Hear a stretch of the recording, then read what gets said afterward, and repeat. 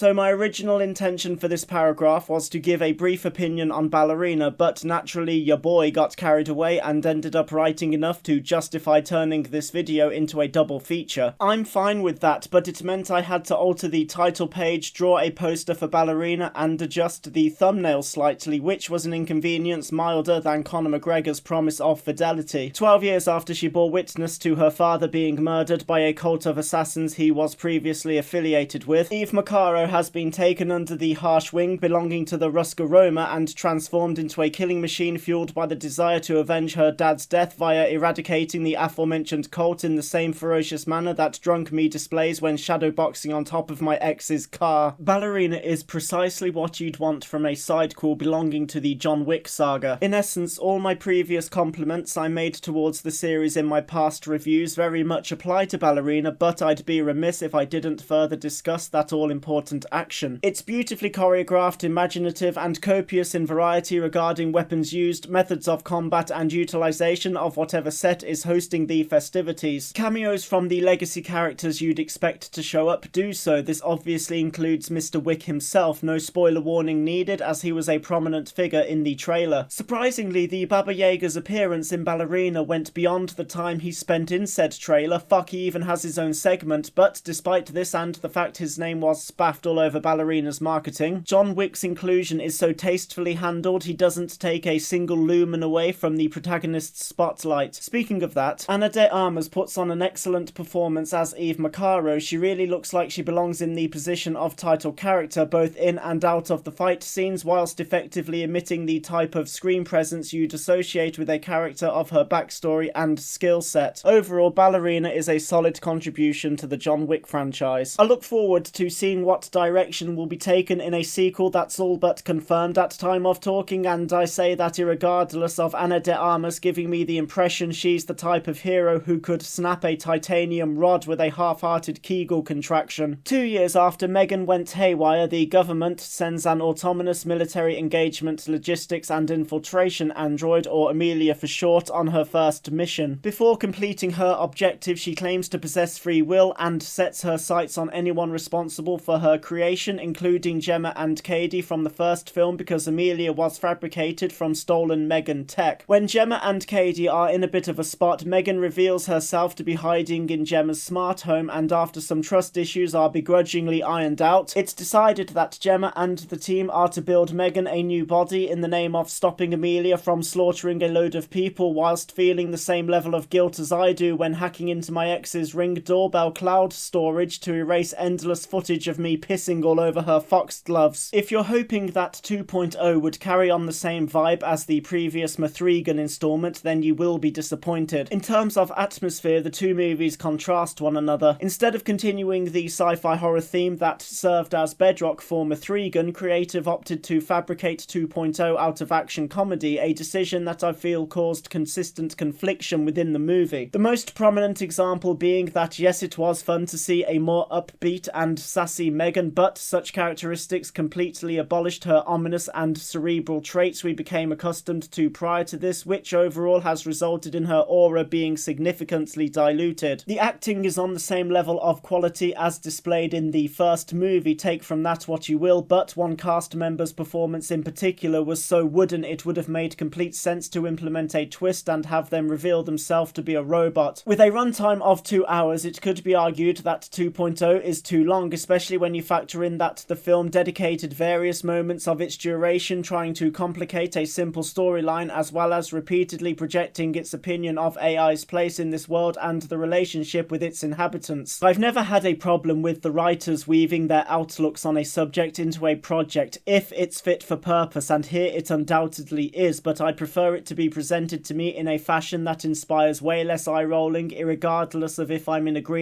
with the message or not. The action is fine. I'd give it more praise if Ballerina hadn't already spoiled me with its combat. I was actually shocked to discover that they share the same 15 rating issued out by the British Board of Film Classification, because when compared to Ballerina, M3GAN 2.0 isn't particularly violent and doesn't depict injury detail as blatantly. It's mainly concealed by clothing, cutting away to a different scene, or teasing us by only showing the fatalities via shadows or blood splatter. Also, the highly anticipated encounter between M3GAN and Amelia didn't meet expectations. Sure, it was entertaining to watch them plow through waves of heavy, but we're all here to see them throw down. The confrontation very much reminded me of a UFC title fight advertised as a once-in-a-lifetime event. You all know how it goes. The promo was hype as fuck. The press conference was lit as fuck. Both fighters make weight. Bruce Buffer slays the intro. The stare down between opponents is cinematic, and then the bell finally rings before we are inevitably presented with another reason to believe that pirating pay-per-views is on a level of morality akin to shanking Peter Scully. Ballerina and M3GAN 2.0 on paper are quite similar in concept, but the former stayed true to the formula perfected by its forebear and produced an absolute banger, whilst the latter strayed from the path laid out by its prequel and ultimately got lost as a result. I would go further into this, but Bloodstock is right around the corner at time of talking, and I'm less prepared for it than my ex's letterboxes for the oncoming bucket of camel spunk conglomerated with a plethora of incomplete suicide notes.